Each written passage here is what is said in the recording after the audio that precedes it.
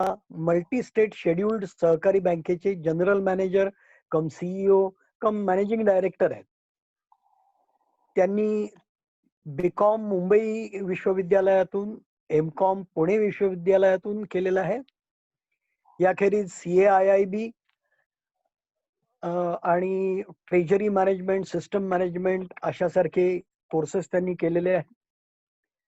बँकेच्या जवळपास सर्व पदांवर काम करून आज ते सर्वोच्च पदावरती पोहोचलेले आहेत.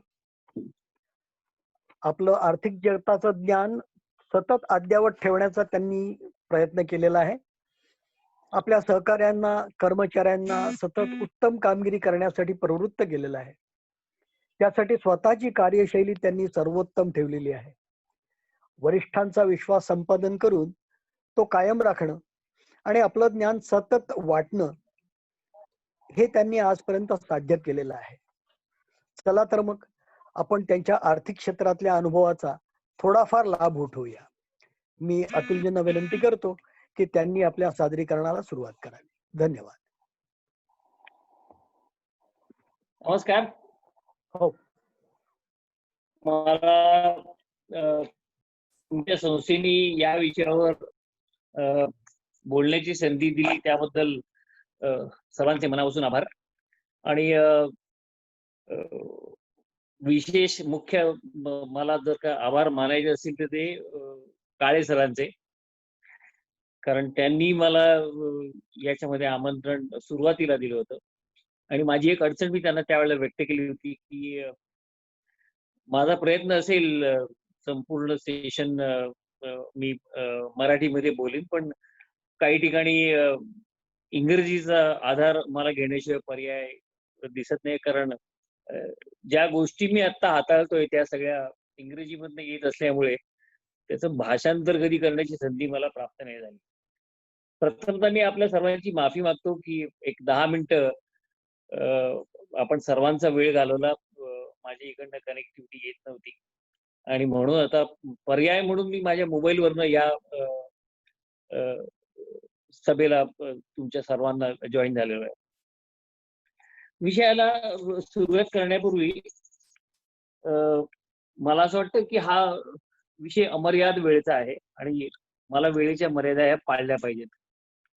आणि साधारणपणे माझा असं एक जजमेंट आहे की 30-40 मिनिटं मी आधी बोलेन आणि मग काही प्रश्न असतील तर त्या प्रश्नांची उत्तर देईन. असं एक तासाभराचा विषय असावा असं माझ्या मनात आहे. विषय अत्यंत रुक्ष आहे आणि आपल्यापैकी बरीच मंडळी सायन्स सेक्टर मधली आहेत, डॉक्टर्स आहेत किंवा अशी मंडळी आहेत की फार कॉमर्स आणि इकॉनॉमिक्सचा तसा जवळून संबंध कदाचित येत नसेल. माझ्या या पूर्वीच्या सगळ्या वेबिनारमध्ये सर्व बँकर्स किंवा बँकिंग रिलेटेड टॉपिक्स किंवा इकॉनॉमिक्स रिलेटेड टॉपिक असल्यामुळे मला कधी भाषेचं दडपण जाणवलं नाही. पण आज मला थोडं ते दडपण जाणवत आहे. याचं कारण असं की मी प्रयत्नपूर्वक मराठी बोलणार आहे. म्हणजे माझं 10वी पर्यंत शिक्षण मराठीतच झालंय. मला मराठी चांगलं बोलता येतं. हे सगळं जरी असलं तरी अनेक विषय असे आहेत की ते सहजगत्या मराठीमध्ये सांगता येत नाही. मला जो विषय ज्याच्यावरती मला काय वाटतं अशी बोलण्याची संधी दिली आहे तो आहे आपली भारताची व्यवस्था आजची आणि उद्याची.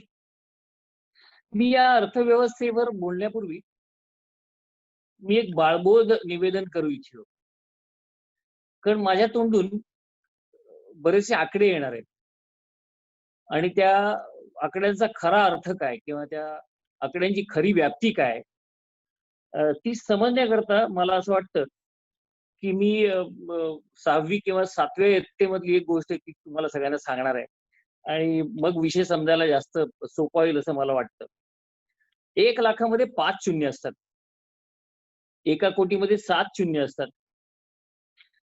आणि 100 कोटीमध्ये 9 शून्य असतात, ज्याला 1 बिलियन असं म्हटलं जातं. 1000 कोटीमध्ये 10 शून्य असतात, ज्याला 10 बिलियन असं म्हटलं जातं.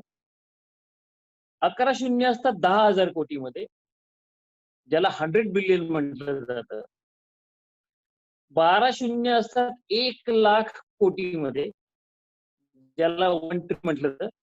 आणि 13 शून्य असतात 10 लाख कोटीमध्ये, ज्याला 10 ट्रिलियन असं म्हटलं जातं. हे मी तुम्हाला बिलियन आणि ट्रिलियन ही संकल्पना सांगण्याचा हेतू एवढाच आहे की आपल्या अर्थव्यवस्थेचे जे आकडे आहेत ना, ते सगळे काही लाख कोटीमध्ये आहेत.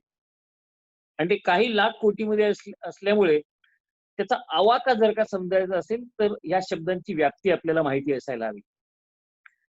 आणि म्हणून हा जो विषय इकॉनॉमी टुडे अँड टुमॉरो या विषयावरती भाष्य करताना मला स्वतःला असं वाटतं ऍज अ बँकर मी एक कट ऑफ डेट घेतो. म्हणजे ती कट ऑफ डेट कुठली असेल तर कट ऑफ डेट असेल 29 फेब्रुवारी 2020. हे 29 फेब्रुवारी का? तर 29 फेब्रुवारीला केंद्र सरकारने मुळात कोविड या व्याधी करता किंवा या विषाणूच्या प्रादुर्भावाकरता पहिल्यांदा एक समिती मिनिस्ट्री ऑफ हेल्थनी गठीत केली होती. They had constituted first committee on 29 February. आणि भारतामध्ये पहिला पेशंट हा माझ्या माहितीप्रमाणे साधारणपणे 30 जानेवारी किंवा 31 जानेवारीच्या सुमारास आला होता. आणि त्याच्यानंतर पहिल्यांदा लॉकडाऊन जो झाला तो जनता कर्फ्यूच्या नावाने झाला 22 मार्चला. आणि त्याच्यानंतर 14 दिवसाचा लॉकडाऊन हा साधारणपणे 25 मार्चच्या सुमारास सुरू झाला. आणि मग कंटिन्युअस लॉकडाऊन हा जवळपास 2 महिने होता. आता देखील कंटेनमेंट झोन आणि या सगळ्या विषयामध्ये लॉकडाऊनच्या वेगवेगळ्या प्रमाणामध्ये आणि स्वरूपामध्ये लॉकडाऊन चालूच आहे. आणि म्हणून मी 29 फेब्रुवारी डेट घेण्यामागचं खरं तर कारण हे होतं की 29 फेब्रुवारी पूर्वीची अर्थव्यवस्था आणि 29 फेब्रुवारी नंतरची आत्ताची किंवा उद्याची अर्थव्यवस्था असे 2 भाग करणं आवश्यक आहे. 29 फेब्रुवारीची म्हटल्यानंतर साहजिकच फेब्रुवारीच्या पहिल्या आठवड्यामध्ये ज्यावेळेला निर्मला सीतारामननी आपलं बजेट जाहीर केलं होतं, कोणालाच माहित नव्हतं की आपल्या देशाला इतक्या बिकट परिस्थितीला तोंड द्यावं लागेल. अर्थातच त्यांच्या बजेटमध्ये देखील त्यामुळे या सगळ्या गोष्टींचा कुठलाही उल्लेख नव्हता की लॉकडाऊन झाल्यानंतर काय किंवा याचा कुठला लवलेशही नव्हता. परंतु 29 फेब्रुवारी किंवा तत्पूर्वीची आपली आर्थिक परिस्थिती याचा जर का विचार केला तर आपण साधारणपणे 1991 साली मोठं balance of payment crisis face केलं 91 साली. ज्याच्यामध्ये आपल्याला साधारणपणे 200 टन सोनं हे बँक ऑफ इंग्लंडकडे गहाण ठेवून आपली परिस्थिती सुधारावी लागली होती. कारण ऑक्टोबर 91 मध्ये परिस्थिती अशी होती की आपल्याकडे फक्त 7 दिवसाचा आपण खर्च भागवू शकतो इम्पोर्टचा, तेवढेच फक्त पैसे होते. आणि म्हणून आपण बँक ऑफ इंग्लंडकडे 200 टन सोनं त्या काळी गहाण ठेवलं होतं आणि पैसे उभे केले होते. 1991 नंतर जी 2 दशकं गेली ती सगळी दशकं सोशलिस्ट रिफॉर्म संपल्यानंतर पूर्णपणे लिबरलायझेशन, प्रायव्हेटायझेशन, ग्लोबलायझेशन या नेचर खाली आपण घालवली आणि रिफॉर्म्स या सदराखाली खूप पद्धती आपल्या इकॉनॉमी मधल्या खूप पद्धती, खूप मेथड्स आपण बदलल्या. आणि इव्हन रिफॉर्म्स मध्ये देखील फेजेस आहेत. हे जे फेजेस आहेत त्या फेजेस मध्ये काही रिफॉर्म्स जे आहेत हे गेल्या 5-6 वर्षात केंद्र सरकारने घडून आणलेले आहेत. म्हणजे बँकिंग रिफॉर्म असो किंवा अदर इकॉनॉमिक रिफॉर्म्स असो.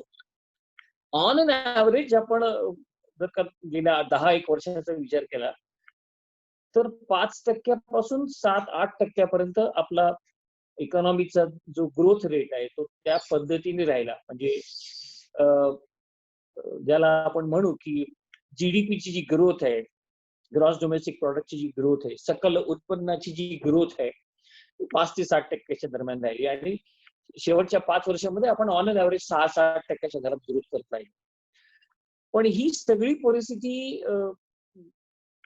गेल्या 5-6 वर्षात घसरत गेली. आणि याची सुरुवात जर का करायची झाली असेल तर गेल्या 3 वर्षामध्ये जगभरामध्ये अशा अनेक गोष्टी घडल्या की त्या गोष्टींचा परिणाम आपल्या प्रगतीवरती देखील झाला. तुम्ही म्हणाल की जगभरामधल्या गोष्टींचा परिणाम आपल्यावरती कसा काय होऊ शकतो? तर मुळात आपली अर्थव्यवस्था आता संकुचित नाही राहिलेली. जी पूर्वी बंधनं होती ती सगळी बंधनं संपली आहेत. आणि वसुधैव कुटुंबकम या व्याख्येनुसार जगभरामधनं आपल्याकडे व्यापार येणं आणि आपण जगभरातल्या लोकांची व्यापार करणं अशा प्रकारचा सगळा प्रकार गेली अनेक वर्ष सुरू आहे.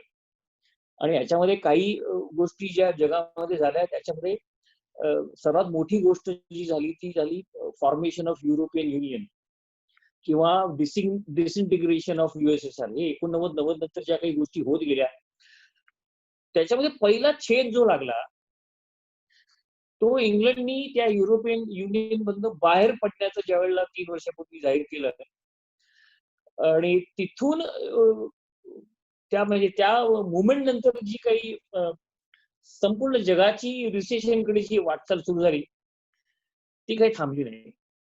म्हणजे जगातल्या सर्व देशांमध्ये रिसेशनचा वडवा हा गेली 2-3 वर्ष हळूहळू आपले हातपाय पसरतोय आणि त्याने आता उग्र रूप धारण केलंय. त्यांनी जे काही उग्र रूप धारण केलंय त्याच्यामध्ये देखील गेल्या एक 8-10 दशकामध्ये जर का आपण बघितलं तर अशा प्रकारची मंदी साधारणपणे 2008च्या सुमारास देखील आली होती आणि त्या 2008च्या सुमारास देखील अमेरिकेमध्ये टू बिग टू फेल असलेल्या बँका देखील त्यावेळेला फेल झालेल्या होत्या. म्हणजे आपल्या सगळ्यांना लेमन बँकेचं उदाहरण हे माहिती असेल आणि त्या सुमारास खूप उलाढाल म्हणजे उलथापालथ झाली असं आपल्याला म्हणता येईल. खूप उलथापालथ झाली आपल्या देशामध्ये पण झाली. पण रिझर्व्ह बँकेने त्यावेळेला जी काही धोरणं स्वीकारली होती त्याच्यामुळे आपल्यापर्यंत म्हणजे तुमच्या माझ्यापर्यंत या सगळ्या उलाढालीची आज पोहोचत नव्हती. पण रिसेशनमुळे ओव्हरऑल 2019 मध्ये त्याची धग आपल्याला जाणवू लागली आणि आपल्याला असं दिसत होतं की जगभरामध्ये आणि आपल्या देशामध्ये देखील अनएम्प्लॉयमेंट पासून अनेक ठिकाणी आपल्याला रिडक्शन होताना दिसत होतं. अनएम्प्लॉयमेंट वाढत होती परंतु इंडस्ट्रियल प्रोडक्शन पासून अनेक ठिकाणी आपल्याला जे सिग्नल्स मिळत होते ते फारसे काही चांगले नव्हते.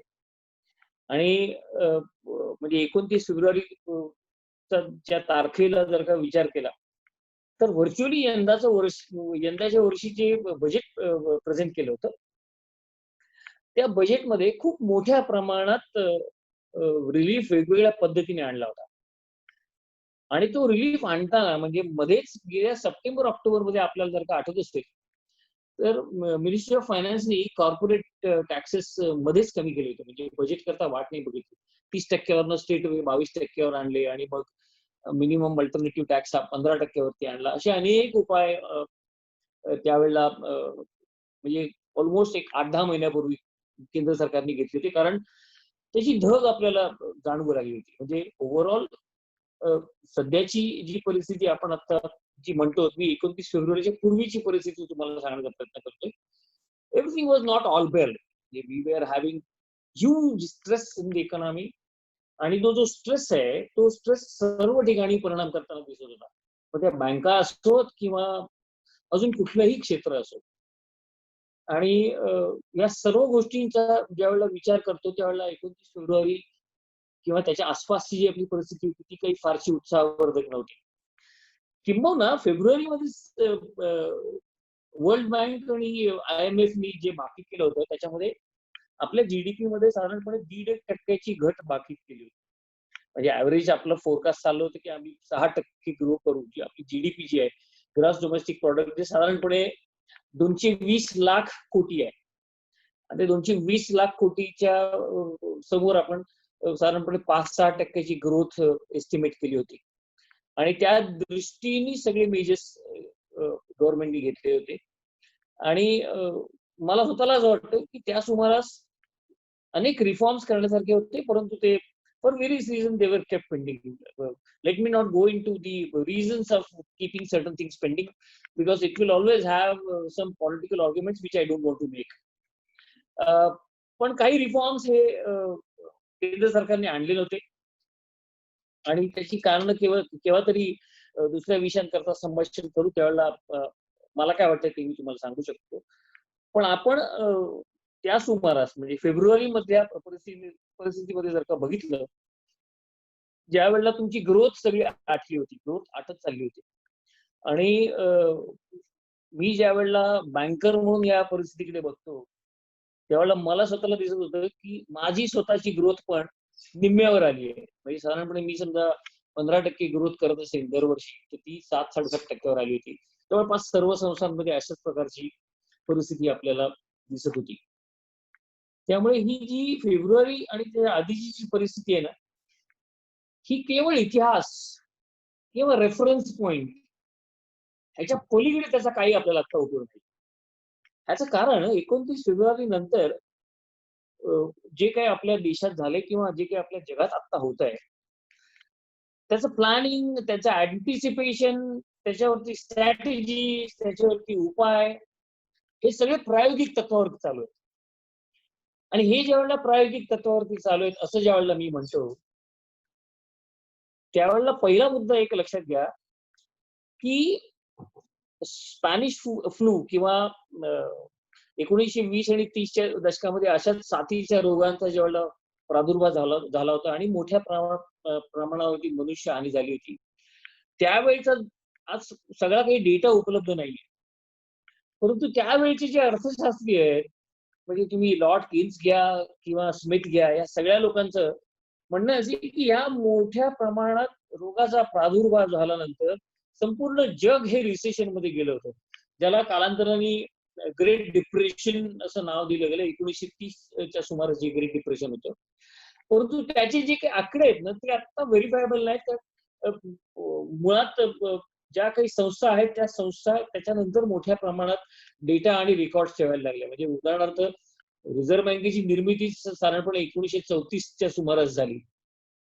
त्यामुळे रिझर्व्ह बँकेच्या हिस्ट्री सेलला जर का तुम्ही गेलात, वेबसाईटवरती तुम्ही गेलात, तरी तुम्हाला त्यावेळची काही लिखाण किंवा काही गाईडलाईन्स तुम्हाला वाचायला मिळू शकतात. गंमत म्हणून पण वाचायला काही हरकत नाही. आणि त्यामुळे जे ग्रेट डिप्रेशन ऑफ 1930 ज्याला म्हटलं जातं, त्याच्यानंतर डिप्रेशन बाउट्स गेल्या 8-9 दशकामध्ये वेगवेगळ्या वेळेला आले. जसं मी मगाशी उल्लेख केला की 2008 साली पण थोडं रिसेशनरी ट्रेंड्स आपल्याला दिसत होत्या. परंतु या सगळ्या रिसेशनरी ट्रेंड्स वरती वेगवेगळ्या देशांनी वेगवेगळ्या प्रकारचे उपाय केले. आणि 2008-9च्या सुमारास सुब्बाराव वॉज दी गव्हर्नर आणि त्याच्या आधी डॉक्टर रेड्डी होते. हे दोघेही प्रचंड कॉन्झर्वेटिव्ह गव्हर्नर्स होते. एक लक्षात घ्या, देशाची अर्थव्यवस्था मॉनिटर करणं आणि त्याच्यावरती उपाय सुचवणं हे रिझर्व्ह बँकेचं काम आहे. पण ती अर्थव्यवस्था सुधारण्याकरता करावे लागणारे उपाय आहेत ना, ते केंद्र शासन करतं, म्हणजे सेंट्रल गव्हर्नमेंट करतं. म्हणजे थोडक्यात अर्थशास्त्राचे 2 भाग होतात, म्हणजे इकॉनॉमीचे सुद्धा 2 भाग होतात. एक होते जी तुम्ही पॉप्युलरली ऐकली असेल, ती म्हणजे डिमांड साईड, आणि दुसरी आहे सप्लाय साईड. आता सप्लाय साईड वरती ज्या ऍक्शन्स आहेत ना, त्या normally reserve bank of India घेत असते, आणि डिमांड साईड वरती गव्हर्नमेंट ऑफ इंडिया घेत असते. ग्लोबल मानली याच्यामध्ये हार्ड अँड फास्ट रूल्स असे नाहीत. पण तुम्ही सर्व जगातल्या सर्व देशांच्या अर्थव्यवस्थांकडे जर का बघाल, ज्या ज्या ठिकाणी डेमोक्रेसी आहे त्या ठिकाणी, मी हा मुद्दामून उल्लेख का केला की you cannot compare the example of China with other democratic countries. त्यामुळे चायना काय करते याच्याबद्दल सविस्तर विश्लेषण वेगळ्या पद्धतीने आपल्याला करता येऊ शकतं. पण आपल्याकडची जी अर्थव्यवस्था आहे ती 1991 नंतर सक्षमतेकडे वाटचाल करत गेली. चांगल्या पद्धतीने आपली ग्रोथ झालेली आहे, आणि ती ग्रोथ जी आहे त्या ग्रोथ मध्ये आपण सस्टेनेबल अर्निंग्स देखील आपण चांगल्या पद्धतीने मिळवलेली आहे. आता कोविड सारखी जी काही परिस्थिती आहे ज्याच्याबद्दल तुम्हाला फारसं इमॅजिन पण करता येत नाहीये, तुम्हाला प्लॅन करता येते, परंतु तुमचा प्लॅन यशस्वी होईल का नाही याचाही तुम्हाला काही अंदाज येत नाहीये. आणि तो अंदाज येत नसताना जग काय म्हणतंय या विषयाकडे बघूनच आपण बरेचसे आडाखे बांधण्याचा खरं तर प्रयत्न करत असतो. आपल्या देशाची अर्थव्यवस्था त्या समुद्रगुप्तापासून प्रसिद्ध आहे. म्हणजे एक काळ असा होता की संपूर्ण जगाच्या उत्पन्नामध्ये भारताचा वाटा हा 35 ते 40% घरात होता. This is some 1000 years ago I am talking of that. पण आत्ताच्या परिस्थितीमध्ये परिस्थिती तशी नाहीये. आणि ज्या वेळेला आपण आता कोविड किंवा अशा प्रकारची परिस्थिती बघतो आहोत जिथे सर्व काही बंद आहे, म्हणजे कंपन्या बंद आहेत, नोकऱ्या बंद आहेत, आर्थिक चलन वलन सगळं बंद आहे, पब्लिक ट्रान्सपोर्ट बंद आहे, सगळं थांबलेलं आहे. ह्या परिस्थितीमध्ये आपण कुठे जाणार आहोत आणि कशा पद्धतीने आपण जाणार आहोत? हे दोन्ही बाजू सांगण्याचा किंवा मांडण्याचा मी याच्यामध्ये प्रयत्न करणार आहे. चांगली बाजू पण आणि वाईट बाजू पण. चांगली बाजू अशी आहे, सर्वात महत्त्वाची म्हणजे, की आपल्याकडे काही बेंचमार्क्स आणि पॅरामीटर्स आहेत. त्या बेंचमार्क्स आणि पॅरामीटर्सचा आपल्याला अर्थ लावता यायला पाहिजे. आणि तो अर्थ लावत असताना एक काही उदाहरणासकट आणि मी काही जी माहिती सांगण्याचा प्रयत्न करणार ती सगळी पब्लिक डोमेन वरती उपलब्ध आहे, इंटरनेटवरती उपलब्ध आहे. त्यामुळे मी कुठलाही जावई शोध मांडण्याचा प्रयत्न करणार नाहीये. मी फक्त तुम्हाला वेगवेगळे डॉट्स कनेक्ट करण्याचा प्रयत्न करणार आहे. ते डॉट्स कनेक्ट केल्यानंतर कदाचित आपल्याला अर्थबोध होऊ शकेल. परिस्थिती बिकट आहे मान्य आहे. पण आपल्याला हातपाय गाळून काही फायदा नाहीये आणि we have to fight the situation.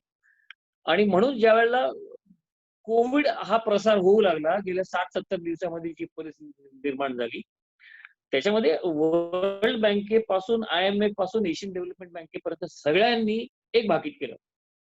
काय भाकीत केलं? की भारताचा जो जीडीपी ग्रोथ आहे, म्हणजे आपलं जीडीपी, एस्टिमेटेड जीडीपी 220 लाख कोटीच्या घरात आहे. म्हणजे 220 लाख लिहायचे आणि त्याच्यावर कोटीचे शून्य द्यायचे.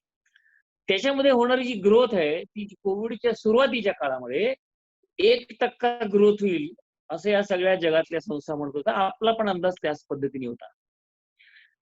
हा प्रादुर्भाव जसा मोठा व्हायला लागला तसा नोमिरा नावाची एक संस्था आहे जी अशा प्रकारे देशांचं रेटिंग आणि अनालिसिस करते.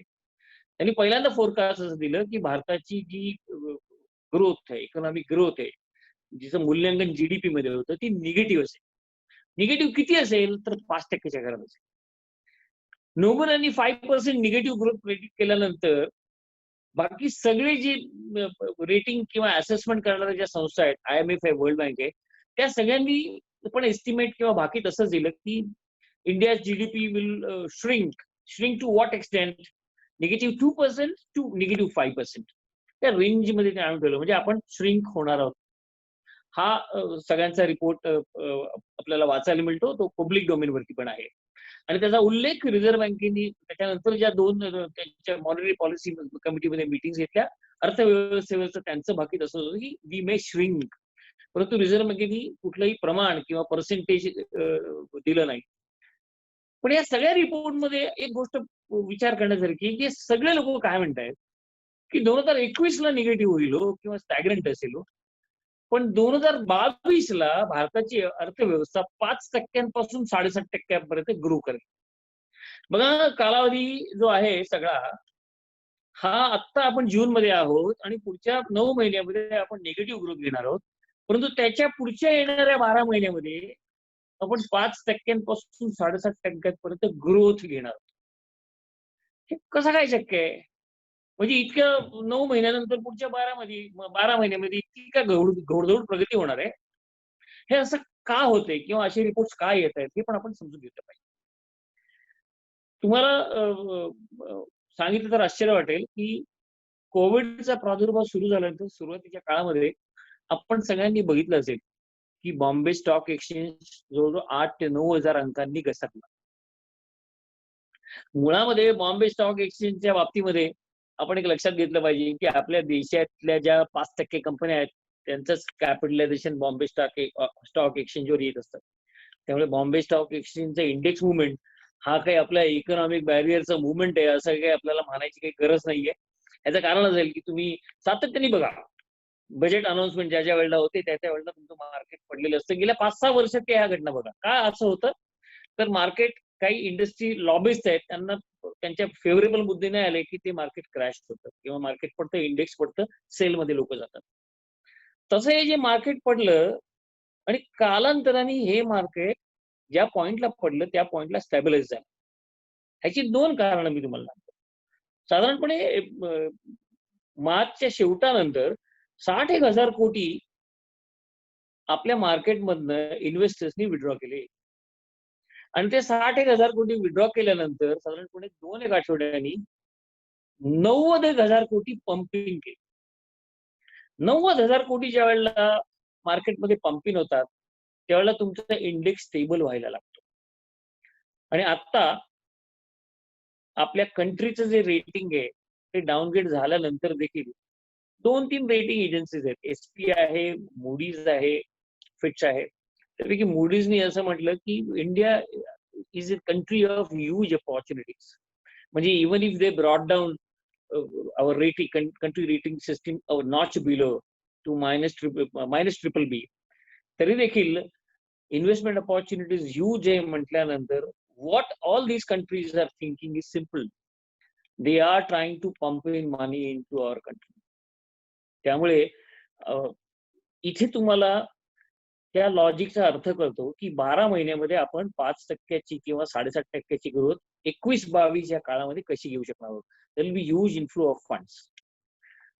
लॉजिकली पॉलिटिकल इकॉनॉमिक सिनेरियो जो तुम्हाला अनफोल्ड होताना दिसतोय, तो अनफोल्ड होत असताना आपल्याला असं दिसते की आपल्या देशाला वेगळ्या प्रकारच्या अपॉर्च्युनिटीज क्रिएट होताना दिसतात. Forget about what has happen to China किंवा दी अँटी चायना सेंटिमेंट पण आपण क्षणिक बाजूला ठेवूया.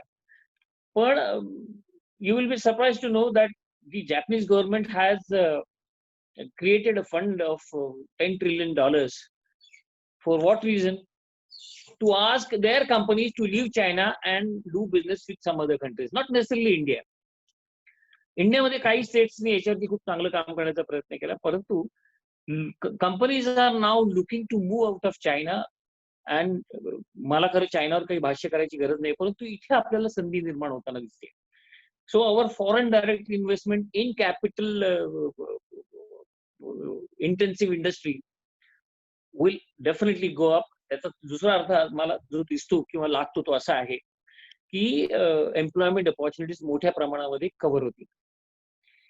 या कोविडमुळे अजून काही इंडस्ट्रीच्या बाबतीत ज्या गोष्टी केल्या आहेत ना, त्याच्यावरनं आपणही खूप शिकलोय आणि आपलं अर्थशास्त्र आणि आपली इकॉनॉमी पूर्णपणे वेगळ्या पद्धतीने रेझिलियंट झालेली आहे, सक्षम झालेली आहे. म्हणजे या कोविडच्या सुरुवातीला तुम्हाला सांगितलं तर आश्चर्य वाटेल की जे क्रूड ऑइल आहे, क्रूड ऑइलची परिस्थिती अशी झाली होती की त्याची प्राइस निगेटिव्ह झाली होती. प्राइस निगेटिव्ह झाली होती ती सगळी कमोडिटी मार्केटमध्ये झाली होती, कारण सगळे फॉरवर्ड कॉन्ट्रॅक्ट मध्ये सगळे डील होत असतात.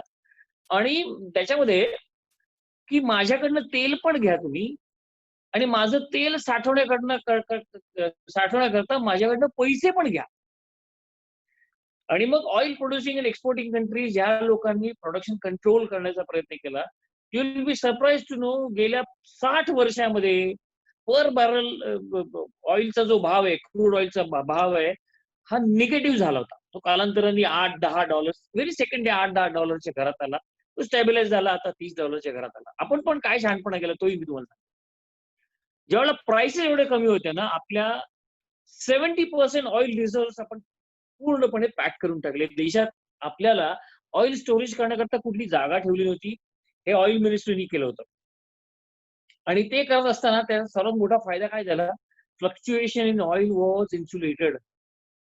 Now in what way it was insulated?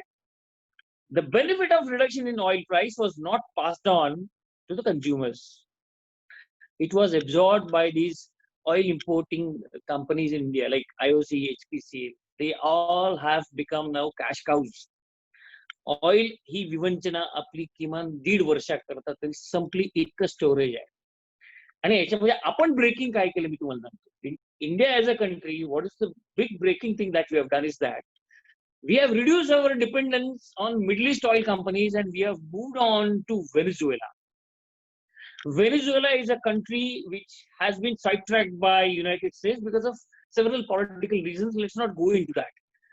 पण आपला देश म्हणून आता जी इकॉनॉमी हाताळण्याकरता जो काही आपण विषय करतो त्याच्यामध्ये आपण काही टॅक्टिकल मूव्ह जे केले त्याचा आपल्याला फायदा होताना मला मोठ्या प्रमाणात दिसतोय.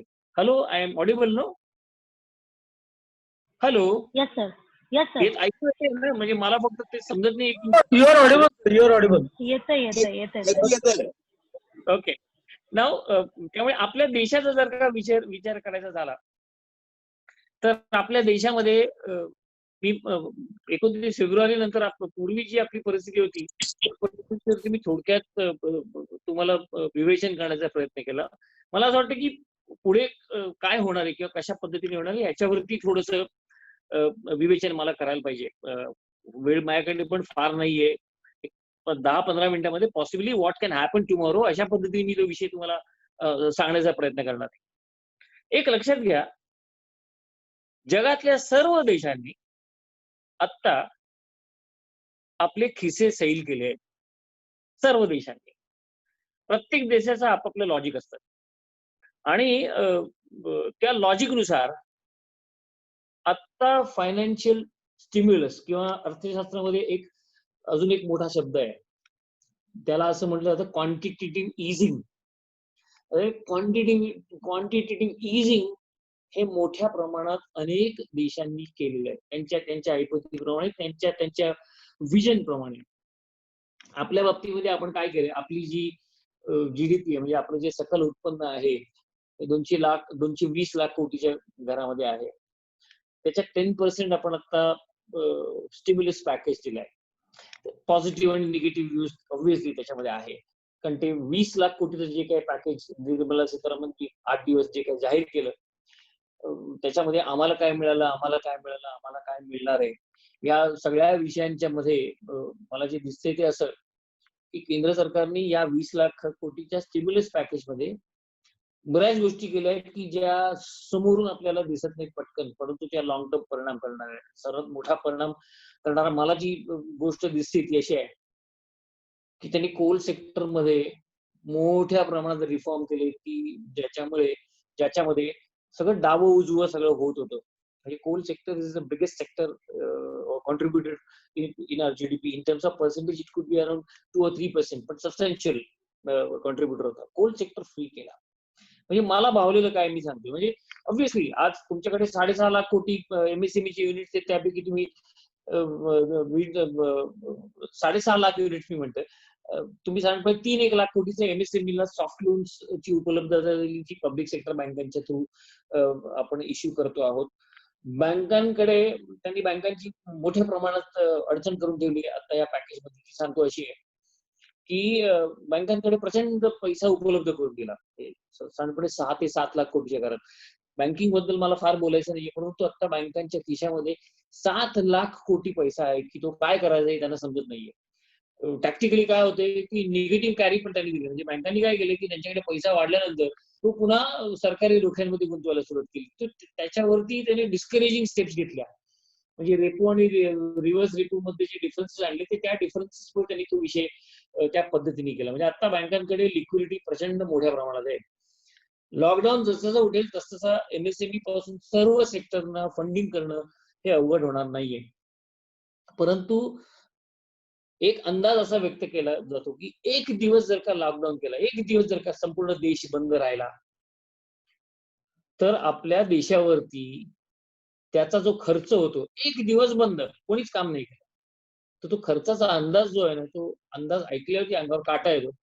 साधारणपणे 72,000 कोटी रुपयाचं नुकसान होतं. एक दिवस लॉकडाऊन 72,000 crores.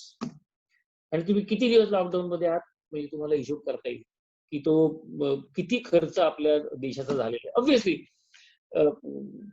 त्यातलं primary objective is saving of life. Sir सलामत तो पगडी 50. ह्याच्यामुळे पहिल्यांदा जो लॉकडाऊनची जी आयडिया आहे ती आयडिया केवळ स्प्रेड ऑफ डिसीज कंटेन करण्याकरता आहे. That will not cure people, because curing people there is no medicine and you are all science people, you know how much time it will take for the vaccine to cure the people. पण obviously गेल्या 2 महिन्यामध्ये आपली करोनाची भीती ही बऱ्यापैकी कमी झाली आणि आपण धाडसानी बाहेर फिरायला लागलो. आणि प्रिसाइजली ज्या वेळेला आपण धाडसानी बाहेर फिरणार आहोत तिथे आपण कोविडची दुसरी लाट घेऊन येणार आहोत आपल्या देशामध्ये. ICMR ने असं भाकीत केलं होतं की साधारणपणे जुलैच्या 15 तारखेपर्यंत आपल्याकडे कोविडचं पीक आहे. म्हणजे दी अपेक्स लेवल ऑफ पेशंटची 15 जुलैच्या घरात असेल. त्याच्यामध्ये रिव्हिजन होऊन ते आता असं म्हणतात की 15 नोव्हेंबर पर्यंत ते कोविडच्या पेशंटचा नंबर ऑफ पेशंटचा पीक हा 15 नोव्हेंबर पर्यंत. ह्याचे दुसरे अर्थ असे आहेत की तुमची इकॉनॉमी तोपर्यंत सुरू होत नाही, असा त्याचा दुसरा अर्थ आहे. You will not be able to restart the economy in restrictive conditions where the public transport is not operational and there is a movement of restriction. 528 block पैकी तुमच्याकडे 220 ब्लॉक जर का रेड झोन मध्ये जाणार असतील तर possibly complete revival of economy will not take place. त्यामुळे नंतरच्या 2 क्वार्टर्स मध्ये possibly some growth, some revival is being visualise, that is post September. होतं की नाही काळ ठरवेल. पण या सगळ्या विषयांवरती तुम्ही जर का विविध लेखन वाचलं असेल किंवा विविध उपाय किंवा परिस्थिती जर का बघितली असेल तर तुम्हाला असं जाणवेल की एक नवीन कन्सेप्ट जो ऍक्च्युली लॉर्ड कीन्सनी डिक्लेअर केला होता somewhere in 30s and 40s, and he stated in that period ki to come out of depression what the country should do is that they should give money to people. They should print money and give money to people. नवीन जे आता विषय चालू आहे त्याच्यामध्ये एक मोठा विषय चर्चेमध्ये येताना दिसतो, तो आपण सगळ्यांनी ऐकला पण असेल कदाचित, की America is talking of helicopter money. What is helicopter money? Money is money. Helicopter money is nothing but a way of giving money to the people. How money is given to the people? There is an helicopter which comes with bundles of cash and drops it and people collect it. काल्पनिक अर्थ आपण बाजूला ठेवूया. Actually अर्थ असा आहे की लोकांच्या खिशात पैसे देणं. कारण आता आपल्याला रिझर्व्ह बँकेने जे ऍक्शन घेतले त्याच्यामध्ये साधारणपणे 7 ते 8 लाख कोटी सप्लाय साइड इज आउट केली. Money supply side has been eased out. बँकांकडे प्रचंड पैसे आहेत लोकांना वाटण्याकरता. आपली जी इकॉनॉमी आहे ना ती बेसिकली बँकिंग ड्रिव्हन आहे आणि ती इकॉनॉमी बँकिंग ड्रिव्हन असल्यामुळे तुम्हाला बँकांच्या माध्यमातूनच सगळी इकॉनॉमी चालवायला लागते, हे सत्य आहे. याच्याशिवाय दुसरा पर्याय नाही. बँकांकडे प्रचंड पैसा आल्यानंतर बँकांनी खरं तर तो सगळ्या कर्जदारांना लोकांना वाटायला पाहिजे. तसं होत नाही. कारण बँकिंगचा बेसिक फंडा असा आहे की you are dealing with people's money and therefore you are accountable if the money is misuse. That being the case गेल्या 1.5 ते 2 वर्षामध्ये बँका रिस्क अव्हर्स झाल्या आहेत. त्या रिस्क अव्हर्स झाल्या त्याचा अर्थ असा की त्यांनी कर्जदारांना, लेजिटिमेट कर्जदारांना देखील पैसे देण्यापासून त्या स्वतः परावृत्त होत आहेत. आणि त्या जर का परावृत्त झाल्या, बँकांनी जर का लोकांना आणि बिझनेसेसना आणि उद्योजकांना पैसे जर का दिले नाही तर आपली अर्थव्यवस्था उभी नाही राहणार. हळूहळू त्याला सुरुवात देखील झाली आहे. परंतु या सगळ्या विषयांवरती आपल्या अर्थमंत्र्याने एक विशेष विवेचन करावं लागलं. काय विवेचन करावं लागलं की you don't worry about the 3 C's.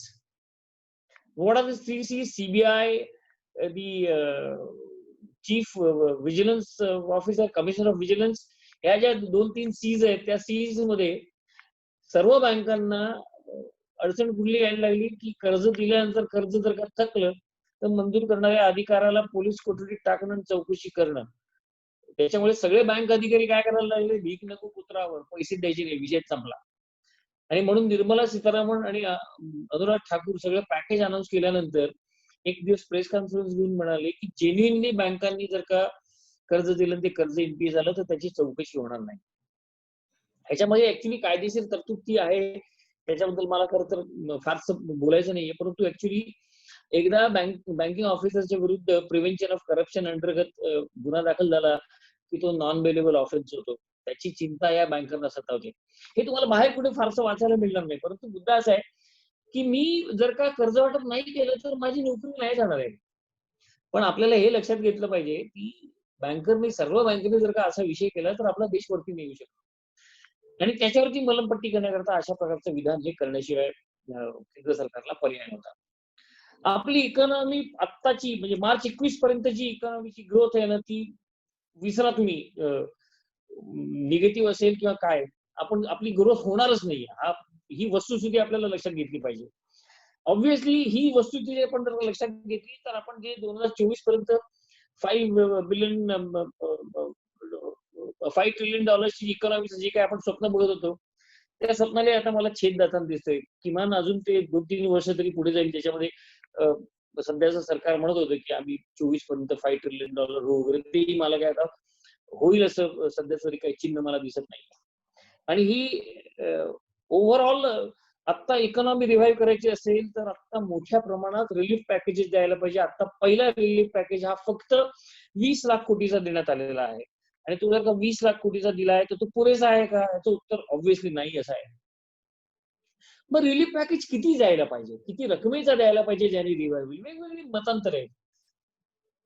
काही मतं अशी आहेत की तुमचं हे जे रिलीफ पॅकेज आहे हे फिस्कल डेफिसिटशी लिंक झालं पाहिजे. आता आपलं फिस्कल डेफिसिट 3.4 3.5% घरामध्ये आहे. आता 3.4 ज्या वेळेला म्हणतो त्यावेळेला वेगवेगळे अर्थशास्त्रज्ञ अशा प्रकारचं ओपिनियन देतात की आता आपण आपलं फिस्कल डेफिसिट हे 10% घरात पण न्यायला हरकत नाही. लक्षात घ्या, 10% घरात जर का आपण फिस्कल डेफिसिट नेणार असू, disregarding the international rating agencies, you will be surprise to know पुढच्या 2 वर्षामध्ये 60 ते 70 लाख कोटीचं रिलीफ पॅकेज आपलं केंद्र सरकार देऊ शकेल, ज्या वेळेला आपण आपलं फिस्कल डेफिसिट 9 ते 10 किंवा डबल डिजिट फिस्कल डेफिसिट होऊ शकतं. हे करण्याची गरज आहे का नाहीये हे टप्प्याटप्प्यावरती ठरणार आहे. जसं रिझर्व्ह बँकेनी एक पॉलिसी स्टेटमेंट असं केलेलं आहे की आम्ही इव्हॉल्विंग सिच्युएशन्स मध्ये डिसिजन घेत जाऊ. पुढे काय होणार हे कोणालाच माहिती नाही.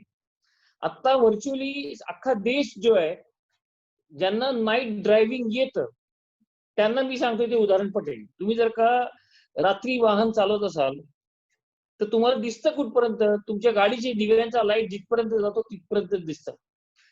ऑब्व्हियसली त्यामुळे तुमच्या वेगावरती नियंत्रण आलं असतं. म्हणजे तुमची जी दृष्टी आहे ती, तो जो लाईट रस्त्यावर जोपर्यंत तुमच्या गाडीचा जातोय तिथपर्यंतच तुम्हाला दिसतंय. ऑब्व्हियसली आता रिझर्व्ह बँक आहे किंवा केंद्र सरकार काय नाईट ड्रायव्हिंग करताय आणि त्यामुळे ते प्रत्येक वेळेला नवीन टप्पा येईपर्यंत काय झालंय ह्याचा पुन्हा विचार करून पुढचा निर्णय ते घेऊ शकतील.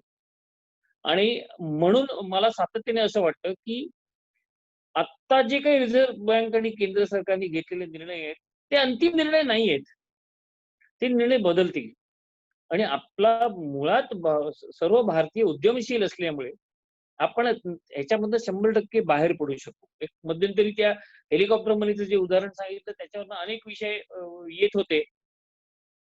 त्या विषयावरती मला जे दिसतंय ते असं की मग आपल्याला नोटा छापायला काय हरकत आहे. हेलिकॉप्टर मध्ये जर का लोकांना पैसेच वाटायचे आहेत तर नोटा छापायच्या हव्या तेवढ्या छापल्या तर आपली ही सगळी अडचणच दूर होईल. अशा प्रकारच्या काही थोड्या हलक्या प्रतीच्या ज्या गोष्टी आहेत त्या आता तुमच्या सोशल मीडिया आणि याच्यावरती वेगवेगळ्या पद्धतीने येत आहेत.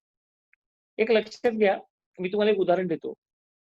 नोटा किती आणि कशा छापायच्या याचं एक शास्त्र आहे आणि त्याचं बेसिक लिंकेज कशाशी आहे तर तुमच्या ग्रॉस डोमेस्टिक प्रोडक्ट आणि ऍक्च्युअल तुम्ही जे प्रोडक्शन करता किंवा ऍक्च्युअल व्हॅल्यू एडिशन करता त्याच्याशी निगडीत आहे. आणि त्याच्याशी ज्या वेळेला निगडीत आहे त्यावेळेला गेल्या 60-70 वर्षामध्ये प्रिंटिंग ऑफ करन्सीची जी थेअरी होती ती थेअरी खूप वेगवेगळ्या पद्धतीने बदलत गेली. म्हणजे पूर्वी एक 50-60 वर्षापूर्वी ज्या वेळेला नोटा छापायच्या त्याच्या समोर इक्विव्हॅलंट गोल्ड आपल्याकडे असलं पाहिजे असे काही थेरम्स आणि हे होते. त्याच्यानंतर साधारणपणे 70च्या दशकामध्ये पर्चेसिंग पॉवर पॅरिटी थेअरीवरती प्रिंटिंग ऑफ करन्सी नोट सरली. त्याच्यानंतर बास्केट ऑफ करन्सीवरती सरकली. आता ती लिंकेज त्याचं जे आहे ते तुमच्या जीडीपीशी आहे, ते तुमच्या फॉरेक्स रिझर्व्हशी आहे आणि साधारणपणे तुमच्या जीडीपीच्या 2 ते 3% घरामध्ये तुम्ही करन्सी प्रिंट करू शकता. त्याच्या पलीकडे करन्सी प्रिंट केली तर काय होईल. एक 8-10 वर्षापूर्वी तुम्हाला मी एक उदाहरण देतो जे वास्तवात घडलेलं आहे की झिम्बाब्वे नावाचा एक देश आहे, आपल्याला माहिती असेल. त्या देशाने अशाच नोटा छापल्या आणि तिथे त्या देशामध्ये एका अंड्याची किंमत 10 कोटी रुपये झाली. म्हणजे 2 अंडे घ्यायचे 20 कोटी रुपये द्यायचे. प्रिंटिंग ऑफ करन्सी वारेमाप केल्यानंतर काय होतंय तर मी तुम्हाला टेक्निकल भाषेमध्ये न सांगता प्रॅक्टिकल भाषेमध्ये सांगण्याचा प्रयत्न केला की printing of currency has basic controls आणि त्या कंट्रोल्स आणि पॅरामीटर्स वरती जर का करन्सी प्रिंट केली नाही तर देशाची वाट लागू शकते. Basically printing of currency has to be with a reasonable limit. Replacing existing currency which is becoming outdated is one part.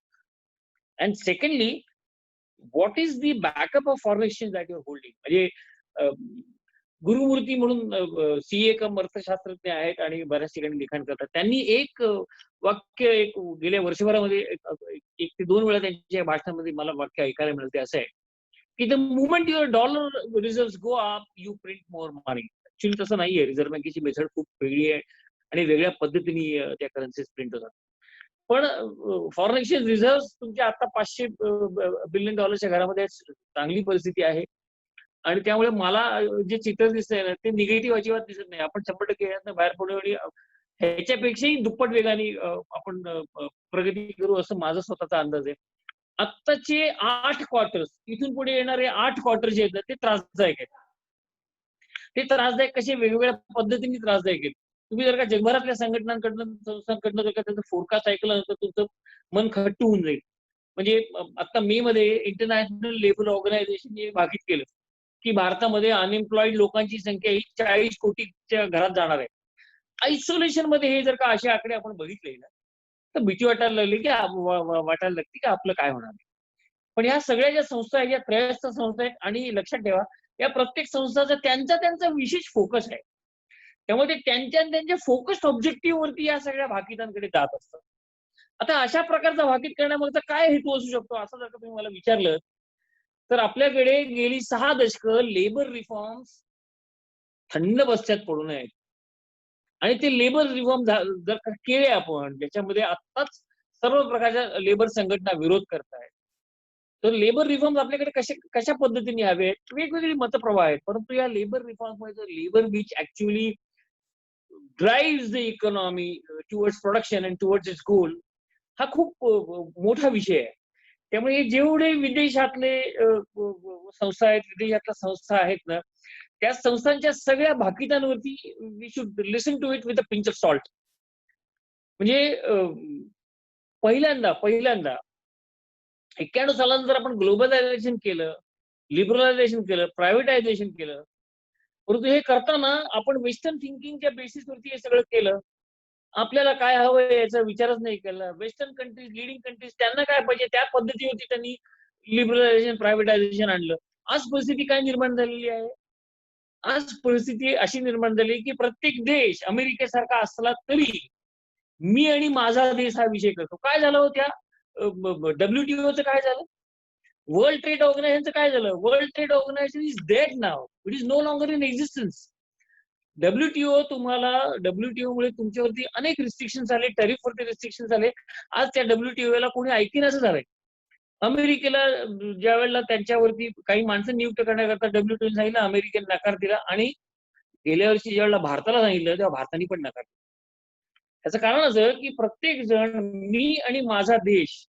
तुम्ही बघा ना अमेरिकेचे राष्ट्रपती मी आणि माझा देश त्यांच्या सगळ्या ज्या नीती आहेत त्या सगळ्या मी आणि माझा देश या तत्वावरती आलेल्या आहेत. याचा अर्थ असा आहे की जे लिबरलायझेशन, प्रायव्हेटायझेशन आणि ग्लोबलायझेशन झालंय त्याच्यापासनं आपण वेगळ्या पद्धतीने वेगळ्या दिशेने जात आहोत. जिथे ज्याला आपण म्हणू की आता जे इकॉनॉमिक पॅकेज दिलं त्याच्यामध्ये मोदींनी असं म्हटलं की आपल्याला आत्मनिर्भर भारत करायचा आहे. आत्मनिर्भर भारत करायचा आहे हे ज्या वेळेला वाक्य उच्चारलं गेलं त्यावेळेला अनेक लोकांनी वेगवेगळ्या पद्धतीने टीका केल्या. त्यातलं चांगलं काय ते आपण घेऊया की तुम्ही भारताला स्वदेशी करणार अशी एक मोठी टीका झाली. लक्षात घ्या स्वदेशी आणि आत्मनिर्भर दोन्हीची सांगड नक्की आहे. पण स्वदेशी ही आयडिओलॉजी आहे आणि आत्मनिर्भर भारत ही कदाचित मोदींची फिलॉसॉफी आहे. What is the difference between ideology and philosophy? आयडिओलॉजीमध्ये दुसरं आणि विभिन्न मत असू शकतं, याला स्कोप नसतो. पण फिलॉसॉफीमध्ये दुसरी मतं असू शकतात, यालाही स्कोप असतो. त्यामुळे मला जे जाणवते ते असं आहे की आपल्याला जसं अमेरिकेमध्ये आणि इंग्लंडमध्ये अनएम्प्लॉयमेंट अलाउन्स त्या देशांनी मोठ्या प्रमाणात वाढवला. त्यांनी होणार आहे काय की त्यांनी लोकांच्या वृत्तीमध्ये बदल होणार आहे. म्हणजे मला मेहनत न करता जर का मला महिन्याला 10,000 रुपये जगायला लागतात ते मला जर का सरकारने द्यायला सुरुवात केली ती काही कामच नाही करणार आहे. त्यामुळे ज्या ज्या क्षणाला तुम्हाला कधीही कुठची गोष्ट फुकट ज्या वेळेला मिळते त्याची किंमत नाहीशी होते. आणि म्हणून आत्मनिर्भर भारत हा ज्या वेळेला विषय आणला त्यावेळेला मेहनत करो कमाओ और खाओ. त्यांनी बेसिकली आपण इंडिपेंडेंट पण होणार आहोत. आपला डिपेंडन्स बाकीच्या देशांवर आपण वेगवेगळ्या विषयामध्ये कमी करणार आहोत आणि त्याचाच धागा पकडून आता जे काही रिफॉर्म्स केले हे लॉंग टर्म परिणाम करणारे आहेत. त्यामुळे मला स्वतःला असं वाटतं की आत्ताची जी काही परिस्थिती आहे त्याच्यामध्ये जे काही इकॉनॉमिक पॅकेज दिलेलं आहे त्या पॅकेजमध्ये अधिक भर होण्याची शक्यता आहे. मला स्वतःला असं वाटतं की अजून 20 ते 30 लाख कोटीचं ऍडिशनल पॅकेज पुढच्या 8 क्वार्टर्स मध्ये येईल. म्हणजे पुढच्या 1.5 ते 2 वर्षामध्ये अजून रिलीफ पॅकेज येईल. अन्यथा आपण जे म्हणतो की आपण चांगले राहू, चांगले असू, चांगले होऊ, हा मधल्या अडचणीचा काळ सोडला तर ते होणं मला कठीण वाटते. मला असं वाटतं की मी विविध विषयांवरती नॉन टेक्निकल भाषेमध्ये मुद्दे मांडण्याचा प्रयत्न केलाय. आय होप यू कुड have liked it. I can keep on talking like this for another 2 hours. पण कुठेतरी थांबायला पाहिजे, म्हणून मला असं वाटतं की 40-50 मिनिटं तासाची घंटा झाली आहे, त्यामुळे मी थांबतो. मला दिलेल्या संधीबद्दल मनापासून आभार. काही प्रश्न असतील तर विचारावेत, त्याचा माझ्या यथाज्ञानेनं मी तुम्हाला उत्तर द्यायचा प्रयत्न करेन. धन्यवाद. धन्यवाद सर. खूपच इन्फॉर्मेटिव्ह सेशन आहे. आमच्यासारख्या सायन्स बॅकग्राऊंडच्या लोकांसाठी बऱ्यापैकी बाउन्सर गेलेलं. काही क्वेश्चन्स आहेत, आपण क्वेश्चन्स घेऊयात जरा. पहिला प्रश्न आहे, non productive and no profit organisations or NGOs, म्हणजे ऍक्च्युली आमच्यासारखी NGO cannot function if there are no paying participants in various programs and no donors. What can be the fate of such institutions? I tell you, माझा स्वतःचा अनुभव सांगतो. अशा ज्या NGOs आहेत, काही एनजीओज वरून मी पण काम करतो, ह्या एनजीओज ना प्रॉपर ऍडवायझर नसतात. आणि आता म्हणजे तुम्हाला खोटं वाटेल की एन्व्हायरमेंटल कंट्रोल किंवा एन्व्हायरमेंटल डेव्हलपमेंट और प्रोटेक्शन ह्याच्यामध्ये साधारणपणे 15,000 कोटी सरकार वर्षाला अलोकेट करते. आणि ते 15,000 कोटी अलोकेट केल्यानंतर त्याचा खर्च जेमतेम 4 ते 5,000 कोटी होतो. हा 4 ते 5,000 कोटी खर्च कुठनं होतो? तर ज्या संस्थांना त्यांच्या ऑब्जेक्टिव्ह करता जे पैसे काढायचे त्याचा मार्ग मिळाला की त्यांना ते पैसे मिळू शकतात. मला स्वतःला असं म्हणणे, तुमचा जर का एनजीओ रजिस्टर्ड असेल तर तुम्हाला पैशाची खरं तर अडचण अजिबात भासायलाच नाही पाहिजे. ह्याची 2 कारणं मी तुम्हाला देतो. म्हणजे मी माझ्या बँकेने एक प्रयोग केला होता. माझ्या बँकेने एक 8-10 वर्षापूर्वी आम्ही इथे टिटवाळ्याजवळ एक वनीकरणाचा प्रकल्प केला होता. यू विल नॉट बिलीव्ह, केवळ कार्बन रिडक्शनचं एस्टिमेशन केलं. आम्ही जी काय 800-900 झाडं जी काय लावली होती, त्या झाडांच्या कार्बन एमिशनचं त्यांनी एस्टिमेट केलं आणि त्यांनी आम्हाला, म्हणजे आमची जी काही एनजीओ होती त्याला वर्षाला 3 लाख रुपये दिले त्या फॉरेस्टचं संगोपन करण्याकरता. आम्ही त्यांना फक्त आम्ही काय केलंय, आम्ही काय करतो, आम्हाला काय करायचं, अशा प्रकारचा प्रोजेक्ट दिला. You will be absolutely surprise to know that all these foreign multinationals are spending at least 3% of their earnings on environmental and NGO related issues. Social, फक्त पॉलिटिकल नसायला पाहिजे, म्हणजे सोशल ऑब्जेक्टिव्ह किंवा प्रचंड आहेत, प्रचंड. आपल्याला माहिती नसतं, आपण त्या माहितीच्या दिशेने प्रवास नाही करत. परंतु मी तुम्हाला अनेक एनजीओनी नालायकपणे पैसे गोळा केल्याची मी उदाहरणं तुम्हाला देऊ शकतो. हा फोरम नाही येतो, पण आपण चांगल्या कामाकरता आपल्याला पैसे उभं करण्याकरता अडचणी, याचं कारण असं की आपल्याला ते मार्ग माहिती नाहीये. त्या मार्गावरती आपण जर का गेलं तर पैसा ही अडचण मला स्वतःला वाटत नाहीये. मी स्वतः किमान 7 ऑर्गनायझेशन ना, म्हणजे एनजीओज ना, जे सामाजिक कार्य करतात त्या सगळ्यांना मी पैसे मिळवून देण्याचा प्रयत्न केला, त्यांना मिळालेत पैसे.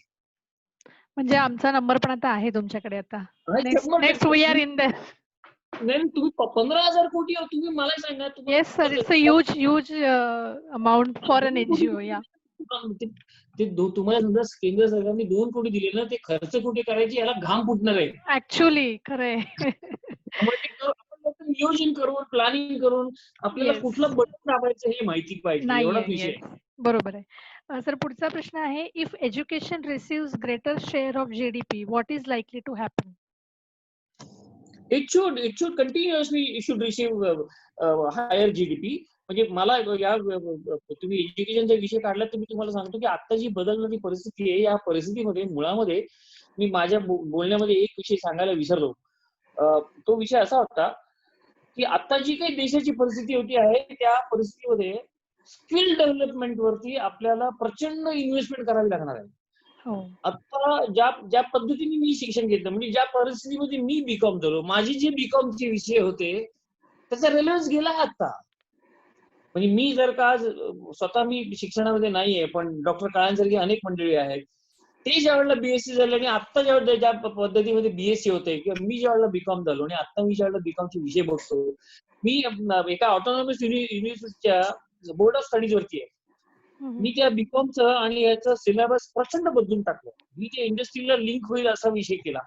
हे आपण सगळ्यांनी करायला पाहिजे. कारण आता जो ग्रॅज्युएट होऊन बाहेर पडणारा माणूस आहे त्याचा स्किल सेट जर का मार्केट रिक्वायरमेंटची रिलेटेड नसेल तर त्याच्या ग्रॅज्युएशन 0 आहे. नंबर 1. नंबर 2, आपल्या बजेटमध्ये इयर आफ्टर इयर प्रचंड अलोकेशन एज्युकेशन करता गव्हर्नमेंट ऑफ इंडिया करत असते. परंतु आपल्याकडच्या ज्या मला दुर्दैवाने असं म्हणावं लागते की शिक्षण सम्राट संस्था ज्या आहेत ना त्यांचे उद्दिष्ट वेगळे आणि ज्यांना खरंच शिक्षणामध्ये काम करायचं त्यांची उद्दिष्ट वेगळे. ज्यांना खरंच शिक्षणामध्ये काम करायचं आहे त्यांची दिशाभूल होते. त्यांना समजतच नाहीये की कुठनं पैसे येतील. प्रचंड पैसा आहे, सरकार प्रचंड पैसा देते आहे, आपण तो संपू शकत नाहीये. तुम्ही ना त्या मिनिस्ट्री ऑफ फायनान्सची जी वेबसाईट आहे त्याच्यामध्ये एक्सपेंडिचर नावाची एक लिस्ट येते दरवर्षी, ती काढून बघावं. गमतीशीर आहे, एकदम गमतीशीर आहे. त्यामुळे मला वाटतं की एज्युकेशन वरती आपण मॅक्झिमम पैसे खर्च करायला पाहिजे. ते आपण पूर्ण पैसे खर्च करत नाही आहोत. स्कोप प्रचंड आहे. सरकार पॉझिटिव्हली या विषयाकडे बघताय. तुम्ही बघितलं असेल तर विचार मिनिस्ट्री मध्ये स्किल डेव्हलपमेंट करता मोठी मशिनरी ते एम्प्लॉय करण्याचा प्रयत्न करतायत. ओके. पुढचा प्रश्न घेऊयात आपण sir. Environment friendly technologies would make the products expensive but cost of pollution control will reduce. What is your opinion about it? No, I don't think so. I absolutely don't think so. मी जे काही भाषण केलंय ना तुमच्या एनजीओचे जे objective आहेत ना त्याला देणार आहे. त्याचं कारण मी तुम्हाला सांगतो. If I want to protect my environment I have to pay somewhere. आणि आता माझ्या देशामध्ये जर का 20 कोटी जनता अजूनही बिलो पॉवर्टी लाईन आहे तर मला त्या 20 कोटी लोकांचं पोट भरणं हे माझं उद्दिष्ट असेल. आणि त्या उद्दिष्टाकडे मी ज्यावेळेला लक्ष द्यायचा प्रयत्न करतो त्यावेळेला मी एन्व्हायरमेंट मध्ये मोठ्या प्रमाणात डॅमेजेस करतो. There is indirect cost which never comes into the estimation. आणि ते इनडायरेक्ट कॉस्ट आपण कोणीच काम करत नाही आहोत. म्हणजे ज्या वेळेला आपण म्हणतो की मला पॉवर्टी पूर्णपणे एलिमिनेट करायची आहे, 70 ते 75 वर्ष आपल्या देशाला स्वतंत्र होऊन झाली, आम्ही ती पूर्ण एलिमिनेट नाही करू शकलेलो आहोत. आता आम्ही ऑनेस्टली सांगतो मी एन्व्हायरमेंट वरती आता केंद्र सरकार जो काही पैसा खर्च करते ना तो फक्त ग्लोबल स्टँडर्डच्या कंप्लायन्स करता करते आहे. आम्हाला जगभरामध्ये आमची नाचक्की होऊ नये आणि आम्हाला जगभरामध्ये सगळ्यांनी चांगलं म्हणावं आणि आम्हाला जगभरामध्ये आम्ही हे केलं ते केलं असा सगळा विषय चालू आहे. खरं काय हा मोठा प्रश्न आहे. पण अगदी ऑनेस्टली ऍज अ बँकर म्हणून मी सांगतोय, not as a economist, environment वरती होणारा खर्च हा सध्या फक्त दिखाऊ या सदरामध्ये मोठ्या प्रमाणात येतोय. आणि तो खरंच जर का करायचा झाला आणि तो करणं आवश्यक आहे. म्हणजे परवा डॉक्टर काळ्यांचं स्पीच ऐकल्यानंतर अंगावर काटा येतो अशी परिस्थिती दिसते. पण त्या परिस्थितीवरती पूर्णपणे काम करायचं म्हटलं ना तर संपलंच आपलं सगळं. म्हणजे अर्थशास्त्र गुंडाळून ठेवा एका बाजूला, असला सगळा विषय होताना मला दिसतो. म्हणजे मी डॉक्टर काळ्यांना म्हटलं पण अहो तुम्ही जे काय सांगताय ना त्याच्यामध्ये माझ्यासारखा माणूस नाही जगू शकत. म्हणजे एक तर मला इतकी त्याची दहशत वाटत होती. एका वक्त्याने ते व्यक्तही केले की काळेसाहेब तुम्ही आम्हाला घाबरून टाकलं म्हणून. पण बॅलन्स आपल्याला गाठायला पाहिजे कुठेतरी. म्हणजे we need to work really on environment, we also really need to work on poverty as well. Yes. Okay. Can India afford to improve medical facilities to ascertain social health? It should. It has to a great extent. For the first time during the last 5 or 6 years, there has been a conscious effort to cover everyone under some health program. I don't know. I do not recollect the name. That Ayushya Bharat. पण आपल्याकडे काय झालेलं आहे की पॉलिटिक्समुळे चांगल्या गोष्टींना आपण छेद द्यायचा प्रयत्न करतो. म्हणजे आपल्या देशामध्ये जी राज्य आहेत त्यापैकी किमान 10 राज्यांनी आयुष्यमान भारत ही योजना इम्प्लिमेंटच नाही केली की ज्याच्यामध्ये 5 लाखाचं कव्हर प्रत्येकाला मिळतं. आणि मला असं वाटतं की हेल्थ सर्व्हिसेस तुम्हाला आता कोविडमुळे खूप ऑपॉर्च्युनिटीज क्रिएट झाल्या आहेत. म्हणजे सडनली काय झालं, माझ्याकडे 2 ते 3 क्लायंट आहेत माझ्या बँकेकडे स्वतःकडे. त्यांनी त्यांचं जे रेग्युलर प्रॉडक्ट उत्पादन होतं ना ते बंद करून मास्क मॅन्युफॅक्चरिंग सुरू केलं. Minted money, minted. Now having sed that, माणसाने अपॉर्च्युनिटीज असायलाच हवं, याच्याबद्दल काही दुमतच नाहीये. पण हेल्थकेअर सेक्टरमध्ये आपली जी पॉप्युलेशन आहे आणि त्याच्या मॅचिंग आपण स्पेंडिंग करतो का, किंवा त्याच्या मॅचिंग आपल्याकडे इन्फ्रास्ट्रक्चर आहे का? उत्तर आहे नाही. नाही. आपल्याला 25 वर्ष अजून घालवावी लागतील, त्यावेळेला ते सगळं मॅचिंग होऊ शकेल असं मला स्वतःला वाटतं. आणि याच्यावरती जे 3-4 रिपोर्ट्स आहेत, डॉक्टर हर्षवर्धन कमिटीची एक कमिटी, म्हणजे current government was not in power, त्यांच्या कमिटीने एक रिपोर्ट दिला होता. त्यांनी 40 वर्षाची ट्रॅजेक्टरी काढली होती की 40 वर्षापर्यंत आपल्याकडे फॅसिलिटीज इम्प्रूव्ह होणार नाही, अशा प्रकारचं त्या कमिटीचं फाइंडिंग होतं. म्हणजे आपण मध्यमवर्गीय आहोत, त्यामुळे आपले हाल जे आहेत ते कोणीच घेत नाही. आपल्याला गरिबांचे हाल कळतात, श्रीमंतांना काही पडलेले नसते. You know what, we are a country which has got highest number of billionaires and steepest inequality of income. आणि त्याच्यामुळे कुठलेही सरकार येऊ दे, the problems are not easy to be solved.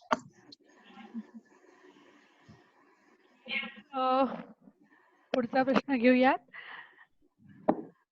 Is Hello. inflation inevitable? Will it affect gold prices? अरे बापरे, gold prices विषयी. I'll tell you, it's a beautiful question. I'll tell you what. The moment this COVID and pandemic started somewhere in March, you will be surprised to know that Reserve Bank of India purchased 100 tons of gold and parked it with Bank of India. The Reserve Bank of India is not an Indian woman, but they purchased 100 tons of gold and parked with Bank of England in London. You will be surprised to know that Bank of England कडे आता भारताचं साधारणपणे 735 ton सोनं ठेवलेलं आहे. 735 ton, म्हणजे you can imagine it's value, calculate in all that. आणि आता आपले जे काही फॉरेन एक्सचेंजचे रिझर्व्ह $500 बिलियन वरती गेले. हे जे 735 टन मी तुम्हाला सांगतोय, हे सगळे पब्लिक डोमेन मध्ये रिझर्व्ह बँकेची इन्फॉर्मेशन रेकॉर्ड मध्ये पण येत आहे. एक लक्षात घ्या, gold is one such commodity which tries to insulate from the vagaries of an individual difficulties or the country difficulties. आपण सोन्यावरती कर्ज केव्हा घेतो, ज्यावेळेला सगळीकडनं कॉर्नर झालेलं असतो तेव्हा. सगळीकडनं आपल्याला पैसे मिळण्याची साधनं बंद झाली की बंद झालेली असतात. हो. इंद्रकुमार गुजराल ज्यावेळेला प्रधानमंत्री होते, त्यांनी बँक ऑफ इंग्लंड कडनं 200 टन गोल्ड ठेवून, प्लेज मध्ये ठेवून पैसे उभे केले, बॉरोइंग केलं. आणि आताच्या परिस्थितीमध्ये gold prices and inflation has no relevance. Inflation is being measured in a different way, different manner. आणि तुम्हाला आश्चर्य वाटेल, म्हणजे I do not know, since you are not the student of economics, म्हणजे मला हे जाणवतंय, पण बाकीच्या ऐकणाऱ्या लोकांमध्ये काही इकॉनॉमिक्स लोक असतील. आता 2001 सालापर्यंत इन्फ्लेशन काढण्याच्या पद्धतीमध्ये टेलिफोन नावाची एक गोष्ट होती जी इसेन्शियल कमोडिटी म्हणून धरली होती, म्हणजे त्याचं वेट जे होतं ते वेगळं होतं. आणि 2001 पर्यंत टेलिफोनचा प्रसार देशभरात सगळीकडे झाला होता. See, inflation is measured on the basis of basket of commodities and its movement in prices over a base price. And then the commodities are bifurcated into essential goods, luxury goods. हे 3-4 categories त्याच्या आहेत. मला सांगा, 2001 साली जर का mobile essential commodity मध्ये धरलं तर त्याच्यावरती त्या इंडेक्सवरती अभ्यासच पुढे फारसा केला नाही. कारण बाय दॅट टाइम 2001 पर्यंत मोबाईलचा प्रसार आपल्याकडे मोठ्या प्रमाणात झाला होता, संपूर्ण देशभरात पसरले होते. आणि संपूर्ण देशभरात पसरलेले असल्यामुळे, सॉरी मी तुम्हाला थोडंसं चुकीचं सांगितलं, mobile was considered as a luxury item while it was not a luxury item. It became a consumable item subsequent. आता ही ज्यावेळेला इन्फ्लेशन काढण्याची पद्धत आहे, त्याच्यामध्ये त्या कमोडिटीमध्ये असलेले जे बास्केटमध्ये असलेले ज्या काही कमोडिटीज आहेत, त्या कमोडिटीचं रेग्युलर इव्हॅल्युएशन होणं गरजेचं आहे. इन्फ्लेशन तुमचं 3-3.5% घरात आहे. याचं कारण तुमच्या देशातले व्याजदर जे ते 5-5.5% घरामध्ये आहेत. ऑइल प्राइसेस तुम्ही ऑलरेडी फॅक्टरिंग केलेले आहेत, त्यामुळे इन्फ्लेशनची ट्रॅजेक्टरी इव्हन परवाच्या असेसमेंट मध्ये रिझर्व्ह बँक असं म्हणते की inflation is within control 3 to 4% मध्ये आहे. त्यामुळे despite Covid you will not have spike in inflation. तुमच्याकडे स्पाइक इन इन्फ्लेशन केव्हा येणार आहे? Wien you print money without backup of manufacturing of goods and commodities and services. म्हणजे कुठल्याही देशामध्ये वारेमाप करन्सी जर का प्रिंट केली तर इन्फ्लेशन वाढू शकतं. म्हणजे थोडक्यात उदाहरण जर का द्यायचं झालं, आपण असं जर का म्हटलं की आपल्याकडे जी काही जनता आहे या प्रत्येक जनतेच्या खात्यामध्ये 1-1 कोटी रुपये केंद्र सरकारने जमा केले. म्हणजे 130 कोटी लोकांच्या प्रत्येकाच्या खात्यामध्ये 1-1 कोटी जमा केले. काय होणार? 1-1 कोटी जमा केल्यानंतर समजा माझी इच्छा आहे की मला एक अमुक एक कार पाहिजे, मी ती कार घ्यायला लागेल. मग त्या कारची किंमत समजा आज 7-8 लाखाच्या घरात असेल, पण मला अशी 1 कोटी फुकट मिळाल्यानंतर त्या कारची किंमत 7 ते 8 कोटी होणार. इन्फ्लेशनचं गणित ते आहे, करन्सीशी रिलेटेड येतं. आणि ऍक्च्युली आपल्याकडे supply and demand of commodities जे आहे ना त्याच्यावरती इन्फ्लेशनचं येतं. गोल्डच्या बाबतीमध्ये you will be surprise to know की आत्ता आपल्या देशामध्ये 4 लाख कोटी सोनं आहे जे हिशोबात नाही. आणि 4 लाख कोटी सोनं ज्यावेळेला हिशोबात नाही असं आपण ज्यावेळेला म्हणतो त्यावेळेला मला स्वतःला असं वाटतं की आपल्या देशाला काही मरणच नाही. ओके. 4 लाख कोटी सोनं हिशोबात नाही म्हणजे कुठलं? तुम्ही महिला आज आपल्या देशामध्ये ज्या 42-43 कोटी महिला आहेत त्यांच्या सोन्याचा हिशोब काढा. हे हिशोब कुठे? त्यामुळे ही गणित अशी जर का बघायला लागलं ना कन्फ्युज व्हायला होतं. परंतु इन्फ्लेशन अँड गोल्ड प्राइसेस तसं डायरेक्ट कनेक्टिव्हिटी मला तरी काही फारशी वाटत नाही. ओके. सेम ह्याच्यामध्ये is it true that inflation has occurred because of rise in human population? Human पॉप्युलेशनचं त्याच्याशी काही हे आहे? आहे ना. ह्युमन पॉप्युलेशन आणि इन्फ्लेशनचा जर का विषय केला तर आपण ऑलरेडी अनकंट्रोलेबल झालो. मी 12वी मध्ये असताना मे बी 78-79 12वीच्या इकॉनॉमिक्स मध्ये एक धडा होता. तो धडा मला आता कोविडच्या निमित्ताने आठवतोय. काय धडा होता? त्या इकॉनॉमिक्सच्या विषयामध्ये पॉप्युलेशन थेअरी नावाचा एक धडा होता आणि माल्थस नावाचा एक शास्त्रज्ञ होता. त्यांनी अशी एक थेअरी दिली होती, माल्थस पॉप्युलेशन थेअरी. ज्या वेळी लोकसंख्या आवाक्याच्या बाहेर वाढेल त्यावेळी निसर्ग ती आटोक्यात आणेल. मी थोडक्यात जे आठवतंय मला ते. काय करतोय निसर्ग आता? आटोक्यातच आणतोय ना.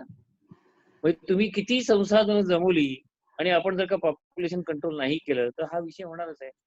पुन्हा गणित त्या सोप्या नियमाकडे येतं, सप्लाय अँड डिमांड. तुमची खाणारी तोंड वाढली की डिमांड वाढली, सप्लाय रिस्ट्रिक्टेड आहे. तो जर का मॅचिंग नाही झाला, इक्विलिब्रियम इन